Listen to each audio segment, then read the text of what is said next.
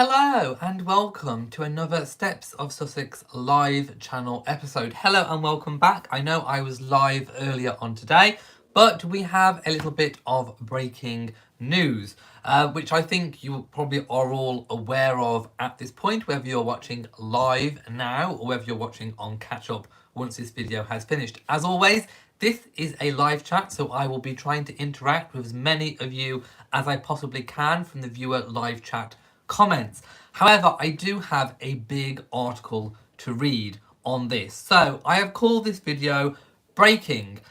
Meghan says that she was unprotected by the institution of the royal family and names the 5 People magazine friends. So I'm referring to the People article where her 5 friends spoke out and gave that interview. As we know, there is a court case going on regarding associated newspapers, which are the kind of umbrella of many newspapers, including the Mail and of course the Mail Online as well. So I would like to start off by saying the article that I am about to read was published in the Mail Online. So there may be at the outset a bias. However, Meghan and Harry are not going to tell us this information by themselves, by a spokesperson. So the only way that the Mail has got access to what's actually come to light in these court papers is because they are a part of it. They will have access to it because they are in it. They will have that inside knowledge of what is being presented to them.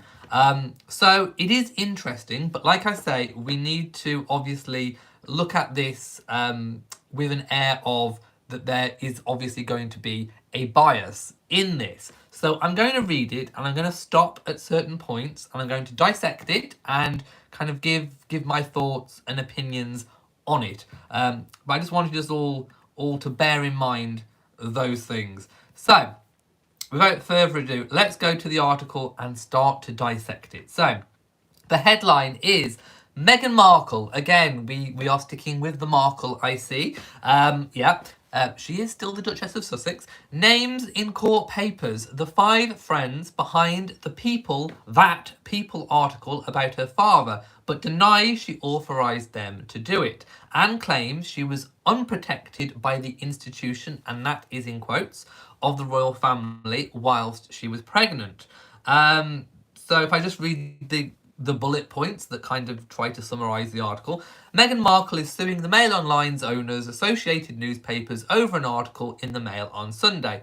So, I actually quite liked the bullet point number 1 because it does kind of express that they have an involvement in this by saying Meghan is suing the Mail Online, this is where the article is published, owner, Associated Newspapers, over an article in the Mail on Sunday. So, at least they've recognised, they are pointing out their own involvement in this. Anyway, article reproduced parts of a handwritten note she had sent to her father, Thomas Markle, in August of 2018. We know that. Associated Newspapers has said Mr. Markle shared the letter only after Meghans Friends gave an interview about it to People. That's a key point we'll get back to in a moment. Meghan has now identified the 5 friends who spoke anonymously, naming them in confidential papers. So, as you'll see in a moment, Meghan has named those 5 friends in those legal papers. However, those that must remain confidential. They cannot be named in public. Even the Mail Online are not able to share exactly who. However, they are referred to as friend A, B, C, D, and E. Friends could be called to testify and say if she knew they were speaking to People, something she denies. So, I think what the Mail Online is doing there is actually giving away a little bit of what they may be requiring Meghan to produce, and that is almost witness statements testifying to what Meghan is saying is the truth. So, what they are indicating is that they do not agree with what Meghan is saying, and that those friends, A, B, C, D, and E, could be called to testify if she knew they were speaking to the people. So I think what they're doing is giving away a little bit of their game in those very early bullet points. Anyway, it reads, the Duchess of Sussex, okay, so now we're calling her the Duchess of Sussex. They seem to have dropped Markle, has identified the 5 close friends who gave an interview to People magazine criticising her father, but denies she authorised them to do it in the latest bombshell documents released as part of her High Court battle against the press. So again, I will say at this point, I have not seen physically these High Court documents that they are saying has been released. However, seeing as they have been released, they will likely come to light, probably within the next couple of days. So, as soon as I actually get those documents, I will of course share them if you haven't seen them already. So I will go through those at the time. We're back to Meghan Markle is suing Mail Online's owner over an article, then blah blah. We know that. So in the documents, the Mail Online is claiming that Meghan felt unprotected by the institution of the royal family and felt she could not defend herself against false claims levelled against her, which highlights divisions between the Cambridge and Sussex households before she stepped down as senior royal with Prince Harry in March in what was dubbed Megxit. So, again, highly offensive term, Megxit, in other words, trying to put all the blame onto Meghan, when Harry made perfectly clear that it was Harry that wanted to protect his family. Anyway, so back to the claims that she felt unprotected by the institution of the royal family and could not defend herself against false claims levelled against her, which highlighted the divisions between the Cambridges and Sussex households. So, what the article is saying is that I think is it even saying that what Meghan is saying is that there were false claims about the Cambridges and Sussex falling out? We know from when Harry spoke about in the African documentary that there was good days and bad days, I think Harry said. Well, that's kind of the same for all siblings, I think, pretty much. I don't have any myself, but from what I hear, people are telling me that, they have, fallings out with their family, with their siblings from time to time. So it all seems fairly normal to me. However, what the claims are saying, what it seems like it's saying, is that Meghan is saying that she couldn't speak out against the false claims, which also probably include William and Catherine as well. I mean, William and Catherine and Harry and Meghan at that time were in the same boat. There were lies being printed. I remember I covered all of them. I spoke out about them. All my receipts are there for people to see. I haven't changed anything. So it seems like obviously William and Catherine couldn't speak out. Harry and Meghan couldn't speak out. And obviously Meghan must have felt that this was not protecting her, that the institution of the monarchy didn't allow them to be able to retaliate or to come back with, no, that's not true, which is true. I mean, you've heard it before, never complain, never explain. Meghan said, that she felt that kind of British stiff upper lip to be quite stifling, and that it didn't enable her to thrive. So, those are the claims, that she felt unprotected by the institution of the royal family. I mean, of course, I've spoken many times about why they have the never complain, never explain. It is simply because, I wonder, had they been allowed, had they spoken out about every single story, had they hit back with a press release on every single story that was coming out. And I'm not just talking Harry and Meghan, I'm also talking William and Catherine about all the tensions and all that going on. If they had all just come back from every single story, I wonder how it would have played out. Would it have stopped the press? Would it have driven the press to write even more about them because they knew they were getting a reaction? That we will never know. So let me know.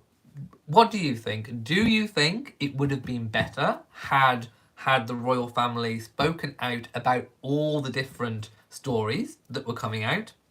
Or do you think the never complain, never explain was a tried old and trusted method that should have been played out, which was played out, that ended obviously in Harry and Meghan deciding to step back from being full-time roles. It's a tricky one because we don't know. We don't have that luxury of having a time machine and being able to pop back and forth and see what would have been. So it's very difficult. Would it have been worse or would it have been better?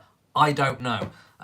So Associated Newspapers has said Mr. Markle shared the letter only after Meghans Friends, who could be called to give evidence at a possible trial in late 2020 or early 2021. So they are saying that they think there could be a possible trial in late 2020 or early 2021. Gave an interview about it to the US magazine People, which he felt vilified him, and he wanted to show it was not the tender message they had suggested. Well, we know all of that. So today, new legal documents showed that Meghan has now identified the 5 friends who spoke anonymously, with the papers just referring to them as A, B, C, D and E, although she named them in a confidential section, which obviously is not allowed to be published. So the papers also revealed a few key details. So obviously, I reserve judgment until I've actually seen these papers, but this is what they are claiming. So, that Meghan believed her wedding to Prince Harry in Windsor in 2018 generated £1 billion in tourism revenue. Just take that bullet point in general. It's highly possible. It is highly possible that that wedding generated a lot of money in people coming to the UK, in I suppose raising the profile of the UK, merchandise. Obviously, those people that come to the UK, that come to the wedding, have got to be accommodated in the hotel sector, food, drink. It is quite possible that maybe even business was attracted to the country. So it is possible that it did generate 1 billion. So the Duchess pointed out Princess Beatrice and Eugenie and Prince Michael of Kent undertake paid work as royals. Again, that is true. They do. However, the work, I will say, the work that they undertake is low profile. Prince Michael of Kent owns a consultancy business, which again is not, it's not, high in the media. It's low profile and is not earning millions and millions and millions and millions. Beatrice and Eugenie have what you would kind of call normal type jobs in an art gallery and that kind of thing. Their husbands, have just kind of low profile businesses. So yes, they do most definitely undertake paid work as royals. However, although titled Princess Beatrice, Princess Eugenie, Prince Michael of Kent, all HRHs, are not key funded working members of the royal family. That is important to point out. Meghan denied saying in the letter that she felt her father had victimised her and she had only one father. So she's saying that is not true. She wrote the letter to stop him being manipulated by the press rather than an attempt at reconciliation. So she's saying the letter was not to reconcile, it was to stop him being manipulated. In other words, to try and wake him up. Meghan spent her own money on flights for her father to and from London and his hotel for her wedding. So she's saying that that money came from her own private funds. Meghan felt unprotected by the institution of the royal family and was prevented from defending herself, which left her friends rightly concerned for her welfare, specifically as she was pregnant. So again, what she's saying is that because of the never complain, never explain, she was prevented from putting out statements trying to shoot down these stories, which obviously communicating, talking to her friends, left them concerned for her mental well-being, probably physical well-being, because she was pregnant, obviously, at the time. Again, the article reiterates that those friends could be called to testify at a trial and be asked if Meghan knew that they were speaking to the magazine, which again is something that Meghan stringently denies. So any court trial is expected to focus on whether Meghan had a reasonable expectation of privacy in the contents of the letter to her father, given that her friends had already befriended briefed People magazine about its contents and whether publishing parts of the letter was in the public interest and allowed under freedom of expression laws. That is a little bit of the Daily Mail, the Mail Online, associated newspapers trying to justify what's going on. Again, those are legal points. Those are the points that that any court trial will focus on. So it's not up to us to be able to be the judge, the jury, and the execution. That will go to a real jury and a real court. So Meghan's legal team in those papers has said that friend A spoke anonymously to People and made a passing reference to the letter, adding that the Duchess did not know that friend A gave the interview because she was not involved in it. Her lawyers add in the new court filing that Meghan discussed with friend A that she was writing a letter to her father at the time of penning it, which was 7 months before the article was published in People in February of 2019. So basically they're saying that the friend A, knew about it because Meghan had discussed it with this friend, male or female, I don't know. However, Meghan did not discuss the contents of it. So basically saying that friend A knew of the letter but didn't know what was in the letter. So that's Meghan's legal team side trying to say that if People magazine did speak to friend A could not have possibly known what was in the letter. They knew of its existence, but not what was in it. So the submissions added that friend A talked about the existence of the that friend A talked about the existence of the letter, but not its contents. Again in September and December of 2018, as Mr. Markle continued to give interviews to UK media, falsely claiming he had not heard from his daughter. So again, we all remember those. Meghan said that she did not know about the interview having been given and only found out about it and any reference to the letter after People magazine's article was published.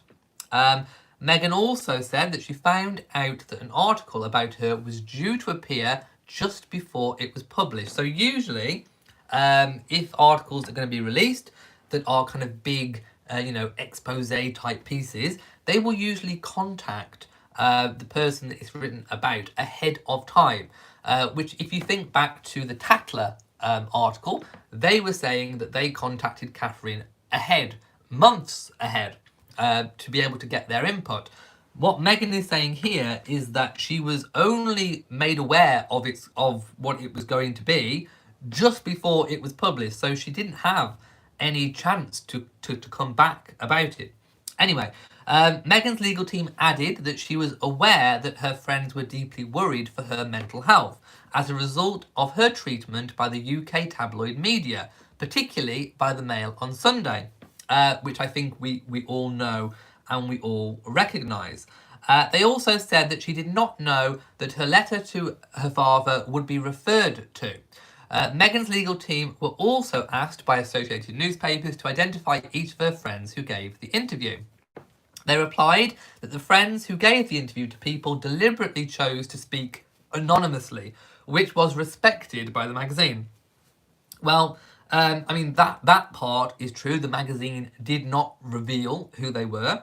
Meghan was said to have been unaware of the interview and their identities. The submission added, as she understood it, their names are identified in the confidential schedule and referred to herein as friends A to E. They also said Meghan did not know that the contents of the letter would or might be revealed or referred to by any media outlet or to any person for the purposes of publication in any medium, adding that she would not have consented to this. So Meghan basically saying, if I'd have known about it, of course I would not have consented to it. Meghan has also claimed in these documents that she believes that her royal wedding to Harry at Windsor Castle in May raised more than £1 billion in tourism revenue, which far outweighed the contribution of taxpayers' money towards crowd security. That I agree with. Obviously, I don't know the true cost. Whether it's $1 billion or close to, I do not know. But yes, I mean, I would imagine the contribution to revenue in the UK would have been bolstered, far outstripping the cost to the taxpayer of crowd security. So I would agree with that. I think that's a reasonable comment to make. Her legal team said Meghan had already said that at the time of the articles in February 2019, she was a working member of the royal family and to some relatively nominal extent publicly funded, which again, true. They also said that the royal wedding was not in fact publicly funded, but rather personally financed by His Royal Highness the Prince of Wales. So again, revealing that, I suppose, the ceremony, the carriage ride, minus all of the police protection, of course, was paid for by Charles.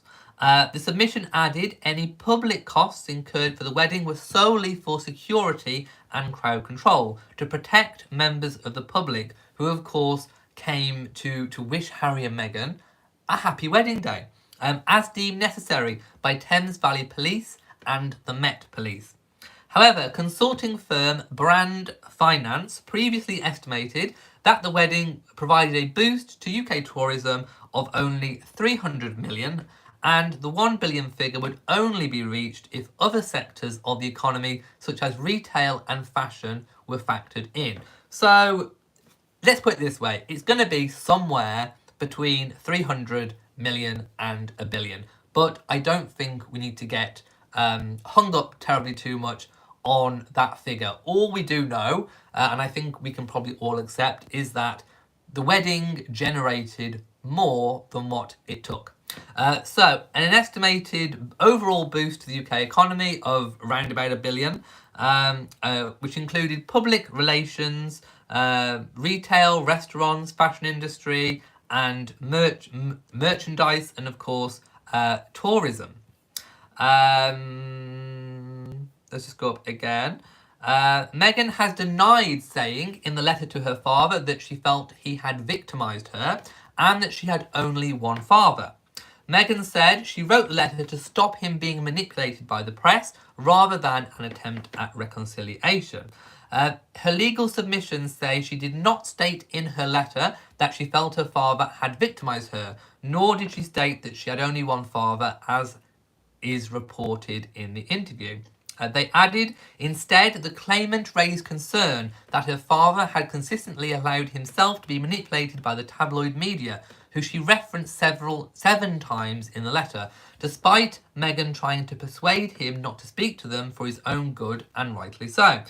She also wanted to convey to him how he had allowed himself to be manipulated by the tabloid media, including the defendant, despite trying to persuade him not to do so, not least for his own good, and the impact which this had caused on their relationship as well as on him, and most importantly, how he should try to avoid it in the future. And if I just go back up again to a bit I wanted to reference, so Meghan has pointed out in those papers that Princess Beatrice and Eugenie and Prince Michael of Kent all carry out paid work as royals in her response. She made this comparison after Associated Newspapers said in its submission filed in January this year that she is a member of the royal family and does not undertake paid work. Well, as a senior member of the working royal family, let's differentiate between a royal family member and a working royal family member. It is quite correct, a working member of the royal family, as in public duties, does not undertake any paid work. That goes against what the royal family do. However, there are members of the royal family, such as Princesses Beatrice, Eugenie, and Prince Michael of Kent, who are technically royal but are not paid working members of the family. They are not paid to do engagements. They have been allowed to carry out jobs, to earn money in jobs. But as I said before, they are not high profile jobs. They are not, getting deals with Adidas or Rolex or that kind of thing. They are, jobs in art galleries, a consultancy business. They are, what you would kind of class as low-key jobs. So we just need to make that distinction there. So Meghan also claimed that she felt unprotected by the institution of the royal family while she was pregnant. She has said she became a subject of a large number of false and damaging articles in the UK newspapers, specifically by associated newspaper titles, which caused tremendous emotional distress and damage to her mental health. I can quite believe that. I mean, I know myself from reading all this that's been going on for 2.5 years now, maybe even longer. How long has it been? I forget. I know what a terrible toll it can take on your mental health just reading negative, negative, negative all the time. It gets too much. So I can quite believe that it did cause tremendous emotional distress and damage to her mental health. I can quite see why friends A to E would be concerned, especially in particular while she was pregnant. So I get that. I get that. Sometimes I need to take a bit of a break from it all as well. So she added that her friends had never seen her in this state before. They were rightly concerned for her welfare, specifically as she was pregnant, unprotected by the institution, and prohibited from defending herself. In September last year, Harry and Meghan's office made the move to Buckingham Palace. We all remember that. With them having previously been based at Kensington Palace alongside Prince William and Kate's team. So then the article kind of goes through the previous pre-hearing of the trial. So I'm not going to read all of that because I extensively covered that at the time. So we're not going to do that. And yeah, I'm not going to read any more of that article. We've kind of covered the main points. Now, I am going to go now to the comments, and I will scroll up and take some viewer comments. Please let me know what you think about all of this. I know people are going to have a varying difference of opinion with all of this, but it's important to note that I have not actually seen the legal documents. I am reading this as second-hand information from an article that's been published by people who are actually involved in this trial. So there probably likely will be a bias in the reporting. So as soon as these papers are published in public, I will come back and look at them and do a proper review. But we need to be aware that that is what is being said at this point in time. So I'm going to scroll all the way up and then kind of read down some of the comments. Right, let's have a look. Laurel Thin says, I love you, but you can't forget that you're comparing the treatment of the heir's wife and the spare's wife. No, that was not my intention with those comments. The intention was to say that it all started, if you go way, way, way, way back, it all started with the with what was it? It was when the I'm trying to think of the word. It's escaped me. The tensions. Yes, that was it. It all started with tensions. Reports started coming out about tensions. And, different people were speculating on whether it was tensions between Meghan and Catherine, or then it later became William and Harry. So basically, there were stories coming out about both sets, the Cambridges and the Sussexes, at the time. And I'm sure William and Catherine would have loved to have been able to have shot down those stories.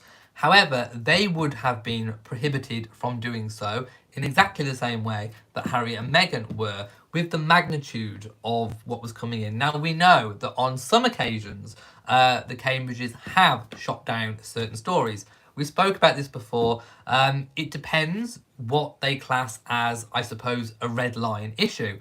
We've got the Botox story and a few others. Also, the palace did speak out, at least on one occasion that I can remember, for Harry and Meghan, and that was the whole Frogmore staff story, saying that Meghan and Harry didn't want them to speak to them and all that kind of thing. So that obviously was a red line issue as well, and that was denied in a statement. So it's untrue to say that the royal family never ever ever speak out. It has to be a red line issue, or what I'm calling a red line issue, but I don't get to decide what those red line issues are. I don't know what the criteria for it is. All I know is some of them are classed as red line issues. They potentially get a statement. The rest, the majority, don't get spoken about. That is the way it is. I'm not saying it's right. I'm not saying it's wrong. I'm just saying that's the way it is. Let's have a look. Velva says Harry did speak out and the tabloids did print more lies. Yes, Harry as an individual did release a statement when Harry and Meghan were dating, trying to protect Meghan. He's also offered statements since then, but that was privately, not done with the royal offices, with the palace behind him, I should say.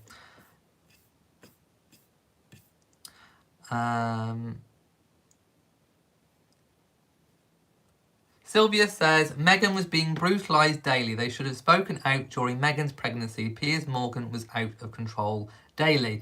I agree. Meghan was absolutely brutalised daily. I completely agree. But I am not the palace. I cannot speak for the palace. They have their own reasons.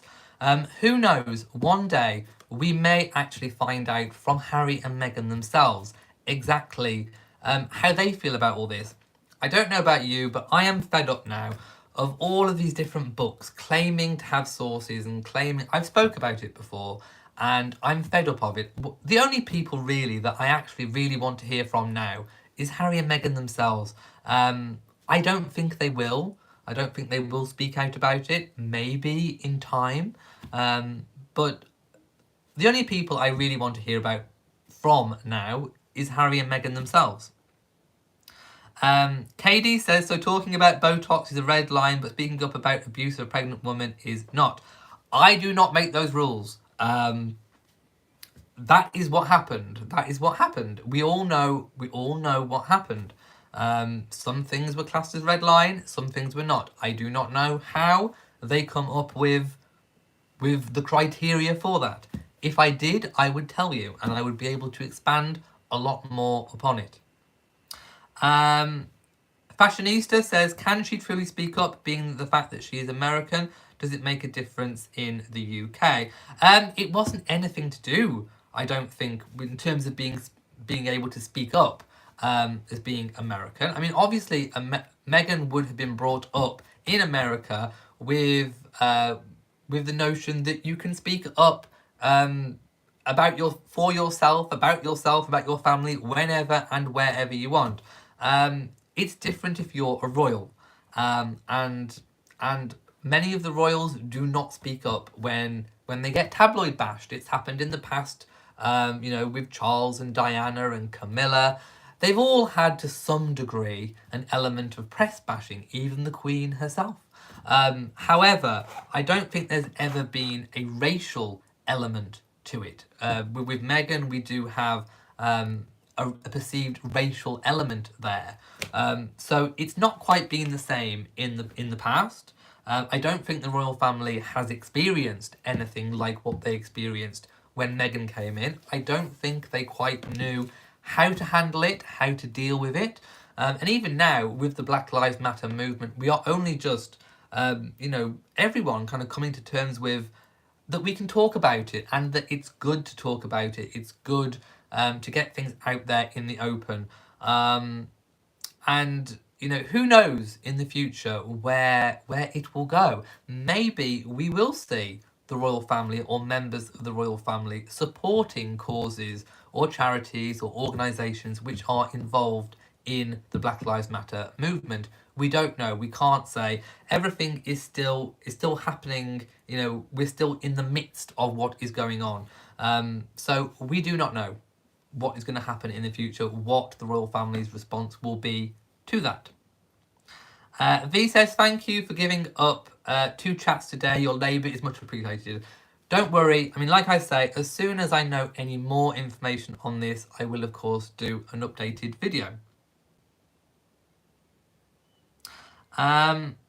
Right, so to try and keep this absolutely on point, on track, on topic, I am going to go now. We have 435 people watching live, so thank you so much. I know that was a really huge article to trawl through. And like I say, as soon as those papers are actually revealed in terms of their papers, if they ever are, I will come back and I will look at those in the exact same way, in just giving it some proper scrutiny. So, if you've enjoyed this video or found it useful in any way possible, please give it a big old thumbs up. Don't forget to share on social media, and also, of course, hit the bell so that you know whenever I upload a new video. Also, please make sure that you are subscribed to the channel. Just in case you didn't catch my previous video, I have updated my Patreon. So if you check out the link I've just posted, I'll also post one in the description below.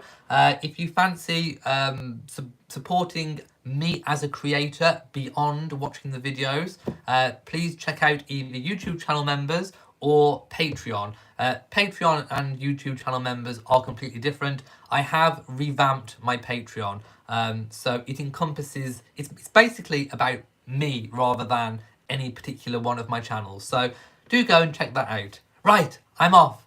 Hopefully I'll get some peace tonight now. No more revelations. I don't want any more. Can everyone just be still and calm? Okay, right, I'm off. So from me in Shropshire, mwah, to you all, and goodbye.